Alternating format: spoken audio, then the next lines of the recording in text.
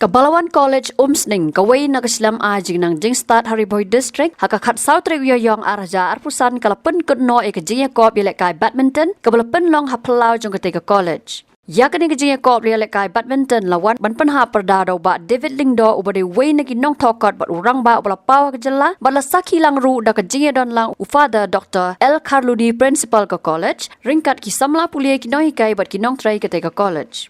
Hagani Jingïalehkai Badminton lai siembenta na ki Samla shinrang bat kantai hagabakila yo ekalat ban penpau ya kasap kabakidan hagani Jingïalehkai. Hagani sila samru yaki kusnam sa ginong job hakikar dan baper jong Jingïalehkai Badminton. Habakran hagani ubat David ulaban jor ya Jingkordor jong Jingïalehkai sport kabaai Jingko Jingkia bat kabalong ru sibenta ban wanra e Jingïatali hapadang ki kon Samla.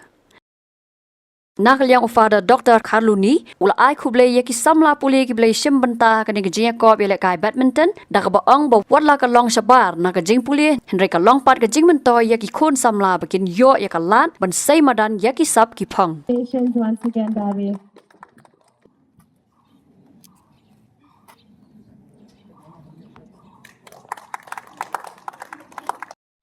Please cheer for her. She's the winner of the Badminton Girls Tournament 2025.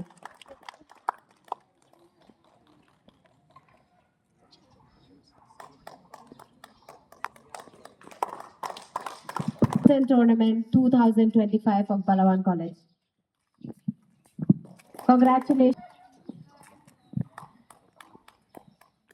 Habatin, pej bahagi kishab, kashab plus F. Ka plus F? Hakabam bangibam dunaki eki batay kamet. Namar kata habathiru atau kau kamlu ka umpnyang kadut pet ya kashab plus F haka jingsom. Yaki nutrient kumki vitamin bat ka ayan la icon diat bat ka bathau bha kam kata ika dur jingki marbam ka jing mat lani ka rukom shed yaki. Balehi banai kita. Kadon ka we ka jing mentoi ba kongsan. Ka kot ka kia. Ka nutrition bakam bha ka jing im bakam bha pendon kam daki marba medon ka sharp plus F menta kasni Lawan ra shapi lingba ko office jong commissionerate of food safety Meghalaya.